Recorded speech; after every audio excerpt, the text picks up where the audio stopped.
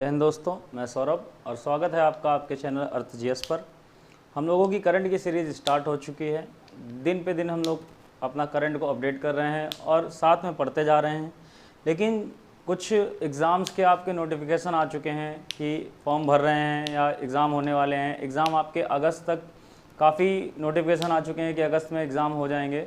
तो जो लोग ये लग रहा है जिन लोगों को कि एग्ज़ाम नहीं हो रहे हैं, पढ़ने से कोई फ़ायदा नहीं, तो वो भी अब पढ़ना स्टार्ट कर दें, वो आपके लिए ज़रूरी है। और जो लोग पढ़ रहे हैं कंटिन्यू, वो अपना कमेंट सेक्शन में जाकर बताया करें कि कैसा रहा उनका टॉपिक और कैसी उनको चीज़ें मिल रही हैं, या जो टॉपिक उनको और पढ़ने हैं। कुछ लोगों ने ज्योग्राफी के बारे में बोला था, कुछ टॉपिक वो मैं पढ़ा दूंगा। उसके अलावा भी कुछ पढ़ना है स्पेशल तो आप बता सकते हैं, उसमें कोई इशू नहीं है। लेकिन क्लास को आप शेयर कीजिए, चैनल को सब्सक्राइब कीजिए, वीडियो को लाइक कीजिए, ताकि जल्दी से जल्दी अपनी लाइव क्लास स्टार्ट हो सके और हम ज़्यादा से ज़्यादा आपको प्रोवाइड करा सकें मैटर, जिससे आपका जितना भी टाइम बच रहा है उसमें ये ना हो कि ये टॉपिक रह गया और ये टॉपिक रह गया। तो इसलिए थोड़ी जिम्मेदारी आपकी भी बनती है कि चैनल को सब्सक्राइब करिए, वीडियोस को लाइक करिए और शेयर कीजिए ज़्यादा से ज़्यादा। तो अब आगे बढ़ते हैं अपने टॉपिक पे। लास्ट डे की आपकी कुछ करंट की मेन न्यूज़ जिनसे क्वेश्चन बनने की उम्मीद सबसे ज़्यादा है, उनके बारे में बात कर रहे हैं। सबसे पहले एक नाम आया और नीति आयोग, और नीति आयोग का नाम एक दो बार और भी आ चुका है, तो उसके अब स्थापना वगैरह और हेड की बात करना बेकार है, क्योंकि आपको ये बताया जा चुका है एक बार। तो जो नीति आयोग है, इन्होंने क्या कहा, 2 बैंक, टोटल नंबर याद रखिएगा, केवल कितने बैंकों की बात हो रही है, 2 बैंकों की बात हो रही है। 2 बैंकों के निजीकरण की सिफारिश कर रहा है। नीति आयोग ने 2 बैंकों को निजी, प्राइवेट बनाने की बात करी। सरकारी हिस्सा, जो भी सरकारी शेयर्स होते हैं आपको, वो सरकार अपने बेच देगी। और उन 2 बैंकों के नाम की बात करें तो सीबीआई और आईओबी। सीबीआई मतलब central bank of India, IOB मतलब इंडियन ओवरसीज बैंक। तो बैंकों के नाम भी याद रखिएगा, एक आपका central bank of India CBI, दूसरा Indian overseas bank IOB. Total कितनी बैंकें? 2। और कौन कर रहा है, किसने सिफारिश करी? नीति आयोग ने। आगे बढ़े, देश का नाम आया, नाम उसका मालदीव। मालदीव के जो मंत्री हैं, एक नाम उनका अब्दुल्ला शाहिद, ये मालदीव के आपके फॉरेन मिनिस्टर है, विदेश मंत्री हैं। मालदीव के जो मंत्री हैं, नाम उनका अब्दुल्ला शाहिद को 76वां UNGA, United Nations general assembly का अध्यक्ष बनाया गया। इन्होंने चुनाव लड़ा और वो जीते। इनके फेवर में कुल कितने मत आए? 143। और कितने लोगों ने इनके अपोजिट मत दिया? 48। 2/3 से ज़्यादा, 3/3 आपका टोटल लगभग अगर देखा जाए पूरा ओवरऑल, तो 3/4 मतों की नीड होती है, और ये उससे भी ज़्यादा मतों से जीते। ठीक, तो नाम याद रखिएगा इनका, अब्दुल्ला शाहिद। और अगर मालदीव की बात कर रहे हैं तो जो राष्ट्रपति हैं यहाँ के प्रेजेंट टाइम में आपके, इब्राहिम मोहम्मद सोलिह है। इब्राहिम मोहम्मद सोलिह। तो किस देश के आपके जो हैं मंत्री या विदेश मंत्री, डायरेक्ट पूछ सकता है, यूएनजीए के अध्यक्ष बने, वो आपके 76वें अध्यक्ष बने, और नाम उनका अब्दुल्ला शाहिद, और देश का नाम आपका मालदीव। आगे बढ़े, मोस्ट इंपॉर्टेंट न्यूज़ मेरे हिसाब से, और ये पेपर में आपके किसी भी एग्जाम में जब आप पेपर देने जाएंगे तो वहाँ पर आपको मिलेगी। बात हो रही है राज्य असम की, असम राज्य की बात हो रही है। तो असम सरकार ने क्या किया, एक आपका फॉरेन जो आपका फॉरेस्ट होता है, रायमोना रिजर्व फॉरेस्ट, नाम उसका रायमोना रिजर्व फॉरेस्ट, को अपने राज्य का 6वां राष्ट्रीय उद्यान नामित किया।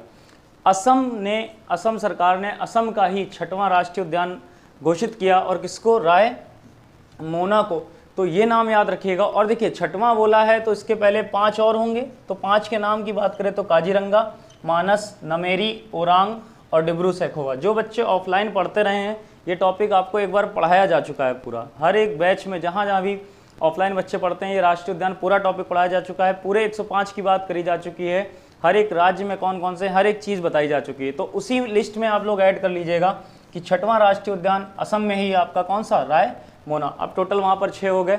जो ये रायमोना आपका है, ये आपका जो जिला पड़ता है कोकराझार जिले, किस जिले में आपका स्थित है? कोकराझार। और जो क्षेत्रफल है, एरिया है इसका, वो है 422 किलोमीटर स्क्वायर। एक चीज़ और याद रखिएगा, जैसे जो बच्चे आपके सिविल की तैयारी करते हैं या स्टेट पीसीएस की तैयारी करते हैं, तो उनमें एक क्वेश्चन इस टाइम पे बहुत आता है, वो टाइगर रिजर्व या नेशनल पार्क या सेंचुरी ना पूछ के वो रिवर का नाम पूछता है कि ये जो आपका नया रिजर्व फॉरेस्ट या नेशनल पार्क बनाया गया, यहाँ से होकर कौन सी नदी बहती है। तो नदी का नाम रखिएगा, नाम याद रखिएगा, पेकुआ नदी, नाम उसका क्या? पेकुआ। ठीक, और इस जगह जो पाए जाते हैं, जो जीव जंतु रहते हैं, मेनली आपके गोल्डन लंगूर, हाथी और बंगाल टाइगर। तो न्यूज़ याद रखिएगा कि 6वां राष्ट्रीय उद्यान बना असम का और नाम उसका रायमोना रिजर्व फॉरेस्ट। उसके पहले के 5 भी नाम याद रखिएगा, काजीरंगा, मानस, नमेरी, ओरांग और डिब्रू सैखोवा। आगे बढ़ते हैं, नेक्स्ट न्यूज। बात हो रही है 2024 तक की। 2024 मतलब 2021 चल रहा है तो 2024 की बात हो रही है। 2024 में पहला आ गया तो इंपॉर्टेंट हो गया, पहला FIH के बारे में भी आपको बताया जा चुका है एक बार, इंटरनेशनल हॉकी फेडरेशन की बात हो रही है। तो ये जो आगे लिखा हॉकी 5S, ये एक ग्राउंड होता है जो नॉर्मल हॉकी के ग्राउंड से थोड़ा सा छोटा होता है। इसकी रिसेंटली आपकी 2019 में स्टार्टिंग हुई थी खेलने की, तो बहुत लोकप्रिय हो गया। उसी वजह से जब ये फेमस हो गया तो 2024 में पहले FIH हॉकी 5S विश्व कप की मेजबानी करेगा। कौन सा देश आपका? ओमान। और वो भी उसके किस शहर में होगी? ये प्रतियोगिता आयोजित आपकी मस्कट में, ओमान में, मस्कट में। ठीक, तो याद रखिएगा पहला FIH हॉकी 5S जो आयोजित किया जाएगा वो किस देश में? आपका ओमान। ओमान में भी कहाँ पर? मस्कट में। आगे बढ़े, कैंपेगौड़ा अंतर्राष्ट्रीय हवाई अड्डा। अब कैंपेगौड़ा अंतर्राष्ट्रीय हवाई अड्डा ये भी ऑफलाइन बैचों में आपको कुछ जगह पढ़ाया गया होगा कि ये बेंगलोर में है आपका।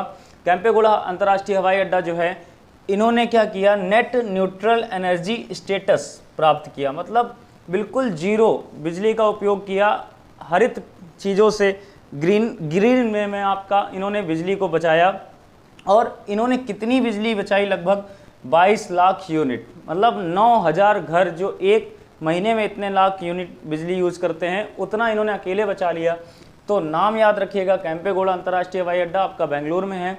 और क्या स्टेटस प्राप्त किया? Net neutral energy. वो इस तरीके पूछेगा, हाल ही में जिस एयरपोर्ट ने आपका नेट न्यूट्रल एनर्जी का स्टेटस दर्जा प्राप्त किया वो कौन सा? आपका कैंपेगौड़ा। या कैंपेगौड़ा जिसने प्राप्त किया ये वाला दर्जा आपका, वो किस जगह है? तो बेंगलुरु में। फिर next news I HSBC, Hong Kong and Shanghai banking corporation. और वो भी ये जो HSBC है, इसकी किस वाली ब्रांच की बात हो रही, किस पार्ट की बात हो रही? इंडिया की। के नए CEO चीफ एग्जीक्यूटिव ऑफिसर बनाए गए, नाम उनका हितेंद्र दवे। और इन्होंने जिसका स्थान लिया नाम उनका सुरेंद्र रोसा। नाम याद रखिएगा, जो नए बनाए गए हितेंद्र दवे, और जो आपके पुराने थे जिनको इन्होंने रिप्लेस किया सुरेंद्र रोसा। जो आपके HSBC है, ये इसके CEO की बात करें तो नोएल क्विन, नाम उनका नोएल क्विन। हेडक्वार्टर मुख्यालय की बात करें तो लंदन UK की बात हो रही है। जो संस्थापक थे इस बैंक के आपके, वो थे थॉमस सदरलैंड, नाम उनका थॉमस सदरलैंड। और जो स्थापना हुई थी वो हुई थी 3 मार्च 1865, 3 मार्च 1865। नेक्स्ट न्यूज आई आपकी, अरुणाचल प्रदेश की बात हो रही है। किस जगह की बात हो रही है? अरुणाचल प्रदेश की। जो अरुणाचल प्रदेश है, यहाँ पर एक मूवी बनी थी आपकी, नाम उसका वाटर ब्यूरियल, नाम उसका वाटर ब्यूरियल। को 67 फिल्म फेयर अवार्ड्स की बात हो रही है। 67 आपका राष्ट्रीय फिल्म पुरस्कार में सर्वश्रेष्ठ फिल्म का दर्जा प्रदान किया गया। और ये जो आपकी फिल्म है, इसके निर्माता कौन है? शांतनु सेन, नाम उनका शांतनु सेन। ये जो आपकी मूवी है, ये एक बुक पर आधारित है, उससे प्रेरित है, और उपन्यास है वो, और नाम उसका सबा कोटा मनहू, नाम उसका सबा कोटा मनहू। और ये जो बुक है आपकी उपन्यास, ये किसके द्वारा लिखा गया था? येसे दोरजी थोंगची, नाम उनका येसे दोरजी थोंगची। तो याद रखिएगा भैया, जो 67वें राष्ट्रीय फिल्म पुरस्कार हुए उनमें किस पिक्चर को आपका सर्वश्रेष्ठ मूवी का अवार्ड मिला? Water burial. किस जगह की? अरुणाचल प्रदेश की। किस बुक से प्रेरित है? आपकी सबा कोटा मनहू। और राइटर कौन है इसके? येसे दोरजी थोंगची। नेक्स्ट न्यूज आई, भारत को 3, अब इंडिया की बात हो रही है, और 3 MH-60 रोमियो, ये आपका हेलीकॉप्टर होता है, लाइट वेट। ठीक, तो ये आपका भारत को 3 MH-60 रोमियो हेलीकॉप्टर जो हैं, मल्टी रोल हेलीकॉप्टर भी बोलते हैं इसको, अमेरिका प्रदान कर रहा है। ये जो सौदा हुआ था ये आपका 2020 में हुआ था। और टोटल कितने MH-60 रोमियो हेलीकॉप्टर प्रदान करेगा अमेरिका भारत को? 24। और कितने करोड़ की डील हुई थी आपकी? 16,000 करोड़ की। इसके अलावा प्रेजेंट टाइम में अगर देखा जाए, एक भारत और अमेरिका के मध्य ही एक डील और हो रही है। वो किस चीज़ के लिए हो रही है? Predator drone.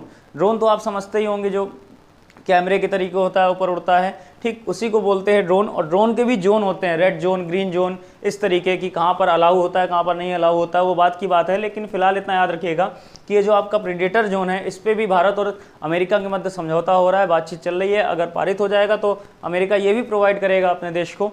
आगे बढ़ते हैं। 8 जून की बात हो रही है तो 8 जून को जो प्रमुख दिवस मनाया जाता है नाम उसका वर्ल्ड ओशियंस डे, विश्व महासागरीय दिवस। ये जो दिवस है आपका, ये 2009 में पहली बार मनाया गया था। लेकिन याद रखिएगा, इसकी जो पहली बार बात हुई थी 1992 में पृथ्वी सम्मेलन हुआ था, वहाँ पर हुई थी। लेकिन स्टार्टिंग हुई कब से? 2009 में यूएन द्वारा मनाया जाता है जो। और इस साल की जो थीम थी 2021 की, the ocean life and livelihoods, महासागर जीवन और आजीविका। ठीक, और एक चीज़ और बता देते हैं कि प्रेजेंट टाइम में जो आपके दिवस पूछे जाते हैं जिस भी एग्ज़ाम में, तो थोड़ा सा इन्वायरमेंट रिलेटेड पूछे जाते हैं। जैसे पृथ्वी दिवस हुआ, जल दिवस हुआ, कछुआ दिवस हुआ, इस तरीके वाले क्वेश्चन ज़्यादा बनते हैं। तो याद रखिएगा, इंपॉर्टेंट है वर्ल्ड ओशियंस डे, विश्व महासागरीय दिवस 8 जून, और थीम जरूर याद रखिएगा, महासागर जीवन और आजीविका। इसी के साथ एक दिवस और मनाया गया, वर्ल्ड ब्रेन ट्यूमर डे। ये भी आपका 8 जून को सेलिब्रेट किया जाता है। ठीक, जागरूक करने के लिए लोगों को, ताकि जो ब्रेन ट्यूमर होता है आपका, उसके लक्षण बताए जा सकें, लोगों को जो प्रॉब्लम हो उससे पहले ही उनको बचाया जा सके। अब एक न्यूज़ और आई, थोड़ा देखिएगा, हाईलाइट है इस समय। एक बुक लिखी गई और बुक का नाम आपका 1232 kilometre, the long journey home. ये जो बुक है वो किन्होंने लिखी? विनोद कायरी, नाम उनका विनोद कायरी। ये जो विनोद कायरी थे, जब लॉकडाउन लगा था तो 7 वर्कर थे आपके, उनके साथ इन्होंने 1232 किलोमीटर की यात्रा करी थी। उसी यात्रा के नाम पर एक यात्रा वृत्तांत के रूप में इन्होंने ये बुक लिखी है। और यूपी के गाजियाबाद से ये बुक मतलब यात्रा आरंभ करी थी, और बिहार के सहरसा तक ये ट्रैवल करते हुए उन यात्रियों के साथ गए थे जो आपके प्रवासी मजदूर थे। तो उनकी प्रॉब्लम्स पे ये बुक लिखी गई है, और जिसने प्रकाशन किया है इसका नाम उसका हार्पर कॉलिंस, नाम उनका हार्पर कॉलिंस। तो ये आपका लास्ट डे का कुछ करंट अफेयर्स हो गया। और ज़्यादा से ज़्यादा वीडियो को सब्सक्राइब करिए, चैनल को बढ़ाइए आगे, ताकि जल्दी से आपकी लाइव क्लास स्टार्ट हो। जय हिंद।